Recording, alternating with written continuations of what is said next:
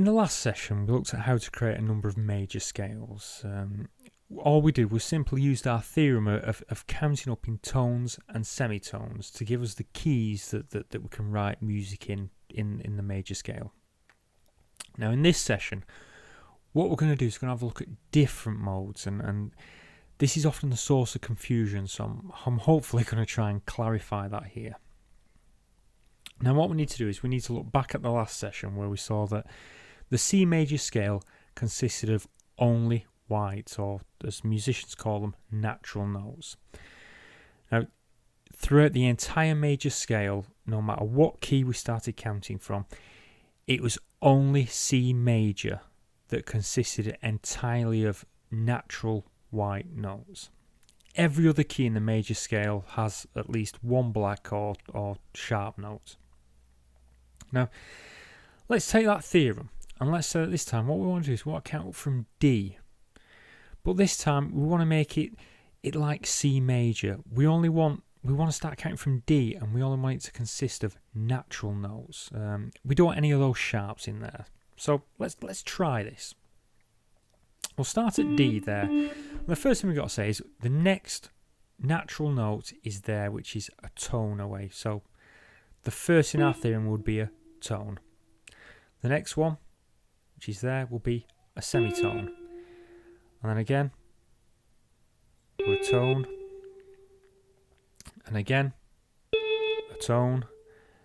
And again, a tone. Then we have a semitone. And finally, we have a tone. Now, as you can see there, that gives us a whole new theorem. Whereas our C major scale was tone, tone, semitone, tone, tone, tone, semitone. If we start counting from D, as you can see, we come up with tone, semitone, tone, tone, tone, semitone, tone. Now, because we started counting from D and ensured that we only used white notes to produce our new theorem, we've basically come up with a new scale. Well, we haven't really come up with a new scale. It was discovered quite a few hundred years ago, but nevertheless, we have come across a new scale, and this new scale is called the Dorian scale. Now, as we did in the last session, where we would start to count from any note to produce the different keys in the major scale, using our major scale theorem, we can do exactly the same here. We can start counting from any note in our Dorian scale to produce a number of different keys in the Dorian scale. All we do is choose what note we want to start counting from and just use our new theorem instead of the major scale theorem. And this will give us the different keys that are available in the Dorian scale. Now, if you're thinking about this, it stands to reason that if we can start counting from D and use only the white notes to create a theorem, there's nothing stopping us doing the same with any white key on this keyboard, and the fact is that, well, we can. For example, let's go back to C, but this time D, E. We'll start counting from E there. Now, first thing we need to do is we want to stay only with the white natural notes. So our first one will be a semitone there. Let's take us to that note there. Then it would be a tone, tone, tone, semitone, tone, and then finally back round to E is another tone.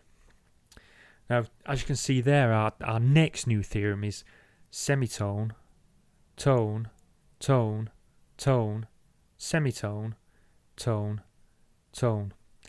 Now, this new mode now is known as Phrygian mode, and just like the major scale, which I should mention now is the Ionian mode, and our previously discussed Dorian mode, we can again count from any note in our new mode to produce the different keys in this mode. Now, it should make absolute sense to you by now that If we count from C and choose only the natural notes, we create the Ionian mode. And by using this theorem, we can count from any note in the Ionian mode to produce the numerous keys of that mode. If we use the Dorian mode theorem, we can count up from any note in Dorian mode to create the various keys in that mode, and so on and so forth. And that is how we can create numerous scales. Now, it should make obvious sense that you can start counting up from any note on the keyboard, and provided you make sure it's only made up of natural white notes, you can create a total of 7 different modes. And the names of these modes are as follows. If we start counting from C and use only the natural notes, we have Ionian mode. We start counting from D and we only choose the white notes, we create a new theorem called Dorian mode. We start counting from E, we have Phrygian mode. If we start counting from F, we have Lydian mode. Start counting from G, Mixolydian mode. We start counting from A, we have Aeolian mode. And finally, if we start counting from B, we have the Locrian mode. Now, all of these modes and the key you choose will give a slightly different feel or mood to the music. Now, I'm not going to discuss what moods they exhibit. Basically, it would take far too long, and that's for you to experiment and see what you can find.